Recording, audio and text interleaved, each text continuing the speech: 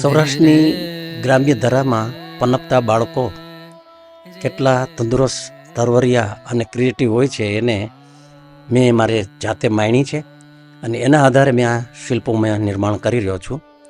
જેમાં આ શિલ્પની અંદર બાળકો આ ઝાડમાંથી કાચા પડતા ફળને ફેંકી દેવાની જગ્યાએ એની એક એવી સરસ રમત નિર્માણ કરી છે કે જ્યાં માટલાઓ છે એ માટલાઓની અંદર એ લોકોએ નંબર ગોઠવા છે.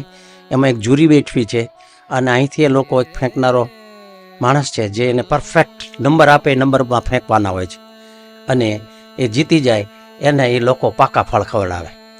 આ એમનો એક સરસ મજાનો ઉપક્રમ હોય છે. એ આધારે મેં રમત કરી છે. એની અંદર ખાટલો વાપરો છે, એની અંદર તૂટેલું કમાળને સરસ રીતે યુઝ કર્યો છે.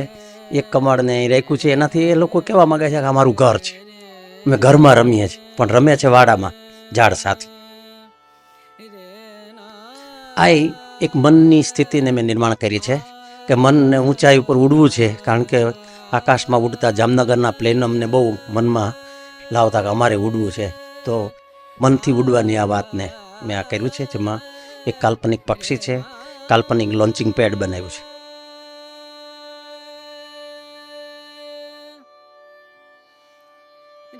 આ રેડિયોની સાથે એક જમાનામાં રેડિયો સર્વે હતા. એના સમાચારે એ સાચા માની લેવામાં આવતા હતા. એ વેધરની વાત કરે તો બીજે દિવસે એ પ્રકારની વ્યવસ્થા ખેડૂતો કરતા હતા.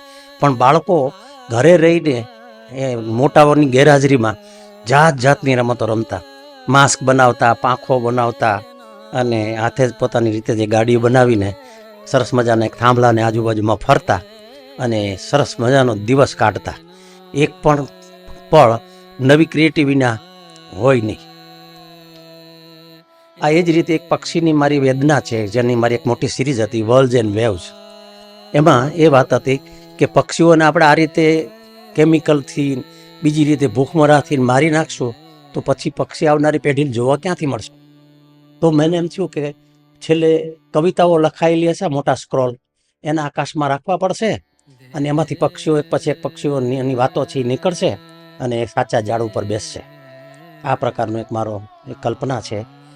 અને આ સિવાયની બીજી મારી ઘણી બધી કલ્પનાઓનો મેં એક આખી સિરીઝ બનાવી છે જેને કહે છે વર્લ્ડ્સ એન્ડ વેવ્સ.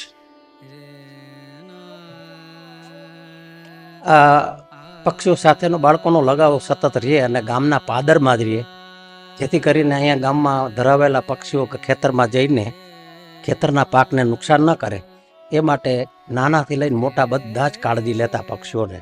પક્ષીઓને પોતાના દોસ્ત બનાવતા. પક્ષીઓ અમુકના હાથના દાણા ખાવાની રાહ જોતા હોય એવા પ્રકારની આ વાતને મેં બનાવી છે. ભણવા ગયેલા છોકરાઓના ખીચામાંથી દાણાની પોટલીઓ કાઢીને આ મોરને પક્ષીઓને ખવડાવે છે. આ એક મજાને મેં અહીંયા પ્રગટ કરી છે. ખેતરમાં નુકસાન કરતા સસલાઓ ને બુજુર્ગ લોકોનું એવું ખાસ કહેવાનું હતું, મારશો નહીં, સસલા પણ જીવ છે. તો એને એક લાલચ આપીને આ પેટીઓમાં પૂરી અને દૂર જઈને સરસ રીતે કલાત્મક રીતે રિલીઝ કરવાનો આનંદ લે છે અને સસલાઓ પણ આનંદ લે છે. આનું ટાઇટલ છે જોય ઓફ ફ્રીડમ. વરસાદ વિશે મારે ઘણા બધા કામો મેં કર્યા છે. એમાં બાળકો, અમારા ખેડૂત વડીલો એવું કહેતા કે માયગો મેં જ્યાં બોલો ને ત્યાં વરસે. તો છોકરાઓએ એવી કલ્પના કરી છે કે આપણા છત ઉપર વરસાવીએ, એને લાઉડ ફ્રી સ્પીકરના ગીતો સંભળાવીએ અને આપણે નાચીએ અને આ માટલાઓ ભરીએ. આનો આપણે શીરો બનાવશું ઘરે. તો આ રીતે એ લોકો સરસ રીતે વરસાદ વરસાવે છે. વાદળાને બાંધ્યું છે મોટા ગરગાડાથી અને મજા લે છે. એક કલ્પનાની વિહાર છે અમારો. આ મોટા લોકો બાળકોને પક્ષીઓ સાથે હેડો જોડવા માટે અહીંયા લઈ આવે છે અને પતિ પત્ની બંને એના નાના બાળકને, પેલું બાળક છે એને આ બાળકો સાથે હિંચકાવે અને રમાડે છે. એની એક મજા લીધી છે. આ એક પ્રયોગાત્મક વર્ક છે. 2-3 માધ્યમોને ભેગા કરી અને વેલ્ડિંગથી નિર્માણ કરેલું આ શિલ્પ છે. એટલે આવા પ્રકારના શિલ્પો પણ અમે કાસ્ટિંગ પણ સિવાય પણ હવે આ રીતે નિર્માણ કરતા હોઈએ છીએ. સાયકલ અને પતંગનો જો સરસ રીતે ઉપયોગ કર્યો છે. પતંગ અહીં ચડાવી અને અમદાવાદની જેમ કોઈને કાપવામાં ન આવે. પતંગ ચડાવ્યા પછી ઉતારવામાં પણ આવે, બીજી દિવસે ઉડાડવામાં આવે. પણ પતંગ ઉડાડવાની દરેક વખતની રીત જુદી હોય અને એને લપેટવાની રીતે જુદી છે. અહીંયા જો એના પાછલા વ્હીલથી આ ગરગડાને વીંટ્યા છે દોરો અને ઝડપથી લપેટી લે છે, કારણ કે કોઈ બાપા આવવાના છે ને ધકશે. એટલે આ ત્રણેય છોકરાઓએ એક અભિયાન છેડ્યું છે, પતંગ ઉડાડવાનું અને પતંગ લપેટવાનું. એટલે સાયકલનો કેવો સુંદર ઉપયોગ, એટલે એ મેં કર્યો છે. સાયકલના અનેક ઉપયોગો મારા શિલ્પમાં મેં નિર્માણ કર્યા છે, એમાંનો એક આ ઉપયોગ છે. અને હું 3D વર્ક બનાવતો એની સાથે સાથે રિલીફ વર્ક પણ બનાવું, કે દિવાલ પણ વર્ક વિહોણી ન રહે. પણ એમાં મેં વિષયો શું રાખ્યા છે વરસાદના.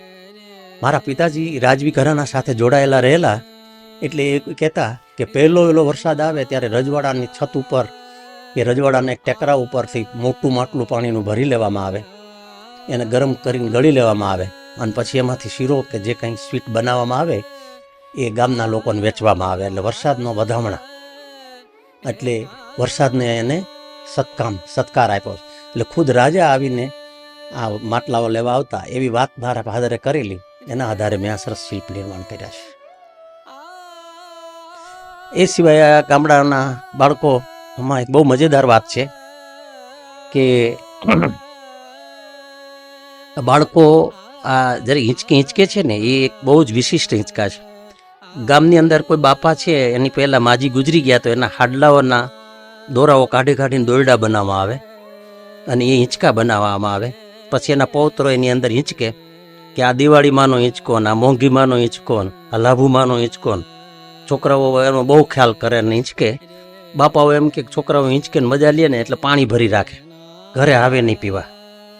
ઉપર પક્ષીઓને દાણા નાખ્યા હોય, પક્ષીઓ મજા લેતા હોય, છોકરાઓ હારે ક્યારેક આવી જાય ને હથેળીમાં આવી જાય. એટલે નેચર સાથેનો જે ધરોબો છે એ આવી રીતે રહે. અને બાળક બીજા ઝુંડમાં રહેતા શીખે, કારણ કે સમૂહ વિહોણા ન રહે એવું ગામડાના માણસો માને. સમૂહ વિહોણો માણસો છે ને એ એકનું પેટ ભરી શકે, અને સમૂહમાં રહેનારો છે ને 50નું પેટ ભરી શકે, એવું ગામડા કહેતા. તો આ બધી જ